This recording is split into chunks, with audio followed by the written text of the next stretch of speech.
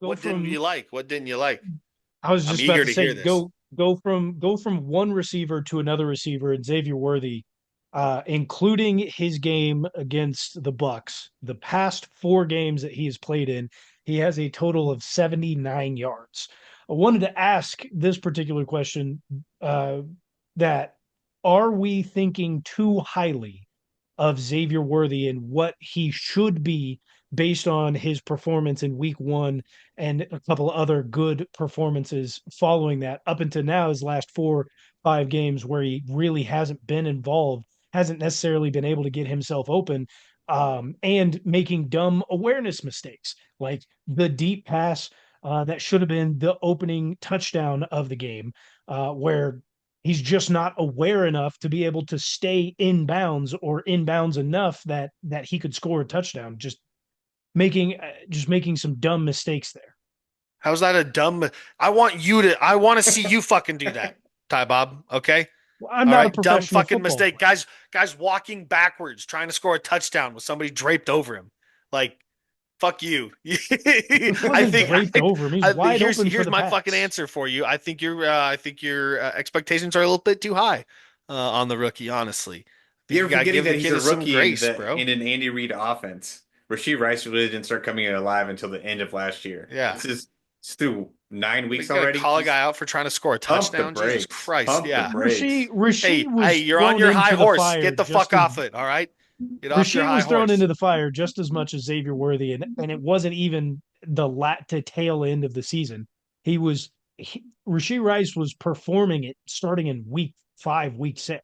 And he's also a different type of receiver than Xavier Worthy is. Yeah, dude. I mean, I just like at I, this point and now, you that's don't that's have why to I asked, throw to like, him. are So the like, expectations it's too not. high from what he was Yeah, able to perform in week one? Absolutely. Week one, 20 yards, 21 yards rushing. He's had 16 yards total since then, not including whatever his receiving yards have been, because again, 79 total yards in the last 4 games is just not dude. what we were hoping for, especially given the I injuries see. that had happened See, I disagree. I before disagree that. because with the weapons that you guys have on the offense right now, Xavier Worthy is a guy that you draw up like 5 plays a week for, and that's Right, how you right use now. him. That's how you use him. I feel like since the start of the year. Since the start of the year. Besides that bubble where you had fucking nothing, for a little bit, what was that, like 2 weeks? And I think one of them four was a bye, 4 weeks, 4 weeks four without games. 4 games. Okay, so 4 games out of like so half of them, like he's Pretty built good for sample like size. 5 to 6 plays that are designed for him a game. That's what he's built for. That's his niche in the It's NFL. not what I'm hoping out of a first round pick. No, definitely not. But he will also come alive once we get other pieces back, a la Rasheed Rice, Hollywood Brown. It's not go out, kid, be the best you possibly can right now. Hope everything works out. He's a complementary piece. He's not going to be like a D-hop receiver for us ever. He's a great weapon, Yeah, but he's not going to be I don't the think he's like a 30, like I don't think he's a 20 target a game guy no. or 20 touch. Like you're not even gonna like because you're not gonna run jet sweep 30 fucking times. And that's what he's built for, or just going deep. So then you can't go deep 30 times either a game. So yeah, he's built for a very niche thing. That's fair. I think also, if we move towards the offensive line, left tackle is still an issue. Wanya Moore's got 8 up kind of all night. I don't Yeah. care what PFF graded him at. And I watched the game. I'm not looking at the stat box alone. And he was on the ground quite a bit. Pat Mahomes was getting pressured in on that left hand side, he had to escape the pocket so much because it wasn't the right side that was collapsing. The left side collapsed, and he had to escape out of the right side so often. And so we've still got a left tackle problem. I'm not a big fan of that, but what I really noticed is when our struggles came in the game, it was second half of the second quarter, second half of the second quarter, and then all of the third quarter was pretty rough. So that And middle eight and then the rest of the third yeah, quarter. yep. And so really looking at it, I was trying to figure out where it was that we were having issues, and it was unfortunately, it came from the best portion of our offensive line, our middle three. Creed Humphrey was getting ate up all night, Who and did I he say to watch? Who unfortunately did I say to watch last week? Vita Vea was having a good old Big time, boy. Had a sack. It was early though, Yeah, and because it was two. a that late should one. Oh, he and that did have two. yeah, he did have two, and that should have been expected. Why there wasn't pressure calls asking for double teams when they weren't blitzing very often, when they were only bringing four, like there should have been a lot more help on Vita Vea than there was. But even looking at it more so, go back to some of the run plays and yeah, Freed or not Freed, Kareem had 106 yards, 107 yards, whatever it was, but only 3.9 yards per carry, and that's good enough, right? But where he got ate up the most was in that time frame that I was talking about, and we couldn't even pull. Trey Smith was having a hard time. Joe Tooney was having a hard time. We couldn't pull on an inside gap. And those guys were getting ate up by that defensive line. And so I don't think that we'll see these problems very often. This was a one off. But that worried me for a good portion of the game, seeing how badly beaten our best portion of our offensive line Yeah. was. Well, I think that what I noticed from the game and what I was seeing in the trenches was the slants from Tampa Bay is what made them so effective without having to bring extra pressure. I think that's what really got you guys. In the run game, if you're trying to run down gap scheme with those slants happening, it makes life kind of hard if they slant away from where you're trying to like if the slant works properly, you're going to be sitting wide open in the gap because you've done the right thing, you know, and you're just going to eat up the running back. And that's when you got to move over to the zone so you can pick up the slants and everything like that. But I think, yeah, Tampa Bay, hopefully, I thought about this part way through the game too. I think probably around this time of the game, probably early third quarter, like shit, has Tampa Bay figured out Kansas City and their offense? Like, is like our other teams going to use this as a blueprint to hopefully slow you guys down? So, I mean, like you said, you hope it doesn't continue, but it might, buddy. It's a You copycat Raiders league. fans And and your if blueprints. I'm not, fuck you and your blueprint. Wait 60 years to start winning. Yeah, sure. We won early. Now we suck. So fucking eat one. But either way, it is a copycat league. And if there's a defensive coordinator out there who thinks they saw something and saw a chink in the possible chink in the armor of Kansas City's offense, then They're going to it's also going have to to be go out and exploited. get So, Vita Vea, and unfortunately, the well, you defensive need someone like the that. You need deadline someone like that. is gone. I Yeah, would the say deadline is also passed. Vita Vea obviously played a large part in that, and I do like the simple fact of calling out the slants and the different type of run schemes. You called out zone there and just being two offensive line guys that we are. I thought the first steps were pretty sloppy from the interior guys.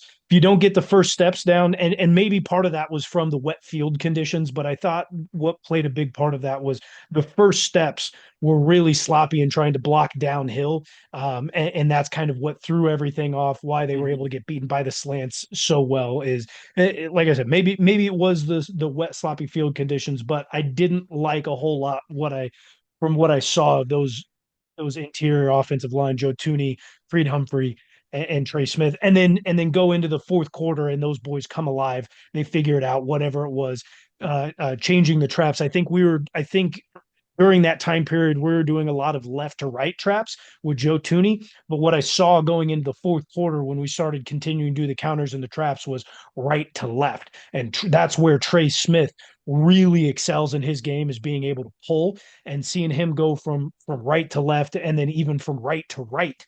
We Yeah. saw a lot of those screens and some of those odd counters go out to the right side. Well, He those was pin, able to yeah, that pull pin and pull outside counter on the and and outside. Yep. and play off that really well. So changing from having to go from trying to face downhill, sloppy first steps, can't really pull from left to right, to changing to your strength on your right guard pulling. That I think is what completely changed the game once we got into the fourth quarter. Mhm. Mhm.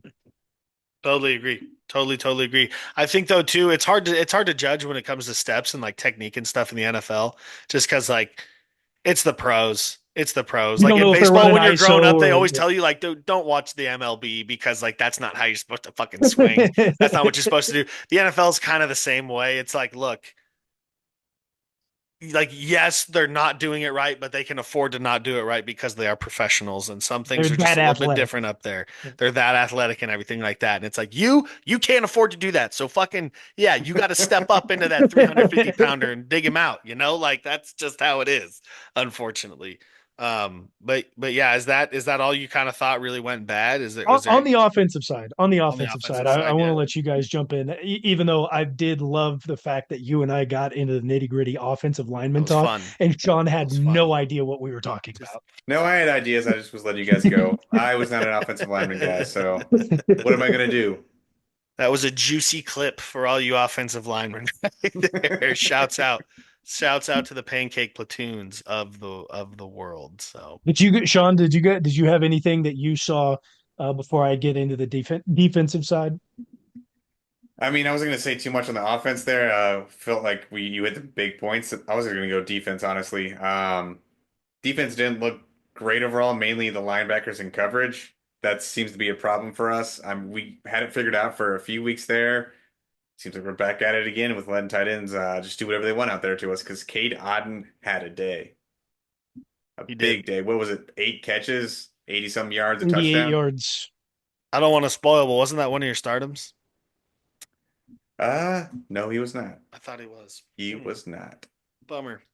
Bummer. Would Yeah, I have been a don't great usually have choice. anything for what went wrong. I don't usually have anything for what went wrong, but The one thing on defense that I wanted to point out was it was a fantastic game plan from the Buccaneers. Is they switched it up. They switched it up. It was inside, inside, outside, inside, outside, inside. Whether it was a pass Inside, play outside, or it was a inside. run play, it just they got us chasing one way, thinking that it was going to happen, and then they hit us another way. Like I said, great game plan. It's Liam not that's what I Cohen. kind of wanted to Liam get Cohen did into a too. great job. Dude, the shit they were doing on offense last night was fucking insane. Oh my God. It was a mix of just like it was a mix of like what would you say? Almost like, triple option, like I don't want to say the veer, but it was just like a new age triple option kind of it. Like the what Baker Mayfield was doing fake wise and handing, giving, tossing, and everything was impressive, but they only did it for a while. I want to know why they that's didn't when it stick was with it. working. That was working the best. But I mean, I know, even looking at it, like rushing wise, they weren't great rushing wise, but it was still effective. And being able to get Bucky on the outside, dude. The pin pull passing to the him the ball, outside that they did, the counter pin pin pull to pulls the were outside was killing, dude. Oh my god, multiple times out of the game, and then you've got the jet sweeps, and then Sterling Shepard, the link up that he has with Baker Mayfield. I mean, a lot his of what jersey they were was doing dirty was last night. just unstoppable. I was confused, and I don't even know what Spags was trying to do. Like it was confusing and making my head spin, trying to figure out what exactly was going to be happening there for the Tampa Bay Buccaneers. I thought they did a fantastic job, but that's what I didn't like to see from the Kansas City Chiefs defense was where we are strongest outside of defensive line. The defensive line was in Baker's face for a good portion of the night, and he handled pressure extremely Well, well. he's got He huevos. Baker's got huevos. He'll sit in there. uh, He doesn't care. statistically speaking, when pressured either by the front line or by a blitz, Baker Mayfield is statistically the best quarterback in the league. Gary sight right there, which is why the blitz was just not working. But from the Kansas City Chiefs defensive side, where we are best, obviously outside of the defensive line, is at our safeties. Being able to communicate where the pressure needs to be, where our guys need to be in alignment. I thought that was very lackadaisical last night. There were a lot of people making comparisons for Justin Reed to Daniel Sorensen. I think that is a low IQ comparison there. Very low, not just low It's football lower. IQ, just low IQ. You are not a bright crown in the box. Who wears the That is green for dot sure. in Kansas City? That would be Nick Bolton. Nick Bolton wears the green lots, gets green All dot. right, He so gets so it's up play to him. calling, He's but he's got to get motherfuckers lined up. Then he's got to he's he's got got to to get everybody squared away at the end of the day. but it's also he wears the green dot, but it's also Justin Reed sitting in the safety position back there who also directs the DBs and getting them lined up. Trent McDuffie is a guy that we've been calling since he's come into the league of being a great cornerback, and he was lost in the sauce all night. That's the reason that K. Dotton was able to get that touchdown there late in the game. He was just left wide open by Trent McDuffie, who's trying to peek in the backfield for whatever reason. I don't know, but I think the alignment from the DBs, which does come from Justin Reed, I thought it was a very poor effort that happened out there, not being able to get the alignment set up correctly and being able to fly to the ball like usual. Now, I'm going to go back to this a little bit here. You said Sterling Shepard tore us up. Yeah, he had a good game, but are you considering Statistically, When it no. mattered, when it he mattered? made crucial Yeah. catches, bro. Statistically, Sterling Shepard no, was but that third down motherfucker right there. he was putting it in when he was putting shift in when it mattered the most, Yep. just like Tommy said. And yeah, statistically, you look at the box score, no, but you go back and you look at the film, he was throwing us for a loop all night long. There But was that makes it even more. when he wasn't getting But the your ball, whole defense was on your heels all night, honestly. You like for the most part. But that just makes it even more frustrating that the guy who did that to us, 4 catches, 46 yards in big moments, it was that close of a game. It should not ever have been that close of a game at all. I disagree, dude. I think well, They so played here's they the played thing. fantastic, It but like doesn't stop saying yeah, this. I can't keep hearing you fucking say this for the rest of the goddamn year. You're undefeated. You're back-to-back champs. You're gonna get everybody's best. All right. You're gonna play some close fucking games. You're gonna get teams best. You're gonna be in some games you're not supposed to be in because of that. All right. So I don't want to hear this anymore. Moving on. All right. I can't stand it. Okay. it should have been a better defensive effort overall. But it's good to know. It is very good to know that the defense, who's been carrying us for a long time, when they have an off night, the offense is now Yeah. able to pick it back up.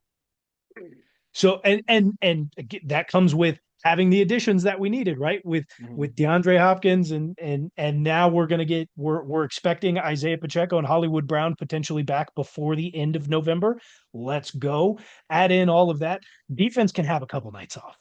Defense terrifying. can have a Terrifying. couple nights off, and we will still but if they don't, if neither side of the ball takes a night off, now we're getting blowouts. And Tommy's gonna be even more mad. And it's gonna be wonderful. Can't wait. What gets me is just like, of course, you guys are going to have fresh legs at the end of the fucking year when everybody else is tired. Of course. One thing I did tell All in the plan. one of my coworkers this morning was you guys finally had to play. I'm just going to ignore that. Finally had to play a complete game, and when I say like complete game, I mean like your defense didn't play great. Again, you gave up 24 points. Like it's pretty good in the NFL. That's pretty good. You give yourself a good chance to win when you give up 24 points in the NFL, I think. The way things are. But yeah, I think you guys finally had to play a complete game. Like a full, help from the defense at times, help from the offense at the times. At sometimes turned out being offense more than it did defense, but at the end of the day, like every, like you needed every piece to win, I feel like yesterday. So yeah, the Yep. first time it Yep. felt like that Even all special year. teams. It seemed like that was the first time that had happened all year. Even special teams, yeah. So Even special teams Butker got it. looks We so almost silly before he kicks. Those field goals. Bucker didn't have to come out. We didn't kick a field goal, right? No, we kicked one field goal. Kicked one field goal, but Bucker really didn't have to do anything. Special teams was fantastic. We had the big return, punt return, kick return to start off there with from McCole Hardman, who then got injured and had to go away and then comes back, Bummer. but almost blocked a kick and then almost blocked two more punts. And one of them, I think, was from Cochran. The other one, or Conklin, excuse me. Was it Cochran? No, Jack Cochran. Jack Cochran. And then the other one was newly traded for Joshua Uche. Almost got one as well. Yeah, that he did. I was glad to see him out there. I feel like he's going to be a big part of this defense coming forward, especially with special teams out there. If he's going to be out there getting close to blocking punts like that. And I, thought that maybe we would see some chances for him to come in because I thought maybe we beat up late And so they're just going to be slinging the ball. That unfortunately didn't come to fruition. There will be times in the next few weeks, but I think he's going to get a lot more playing time. I just thought that may be specific scenario where he could come in and get some snaps in, and it just wasn't the case. They didn't drop back very often. As far as like deep passes, it was a lot of quick game from the Buccaneers, and it just didn't suit the play style with only having a couple days being in that defense and not knowing kind of the transitions that needed to be made. But that type of work ethic, that's going to get you on the field for the Kansas City Chiefs very, very quickly. Because I tell you what, we love our work ethic, especially Spags. If you are a guy who works, get in there. Maybe we could use him as DB because boy, Maybe. Hmm. All right, so we Good. get it. The Chiefs played bad and didn't do well at things and still won. you mad, Tommy? No, not really. Not really. I can't be mad at like it's a run. You just gotta live in the moment. Appreciate that you're getting to Footy. like see history probably and hopefully you're not in an area of town that's gonna get burnt down when you guys either win or lose. We're Because not it seems Philly. like it's gonna happen win or lose in the play. We're not Philly.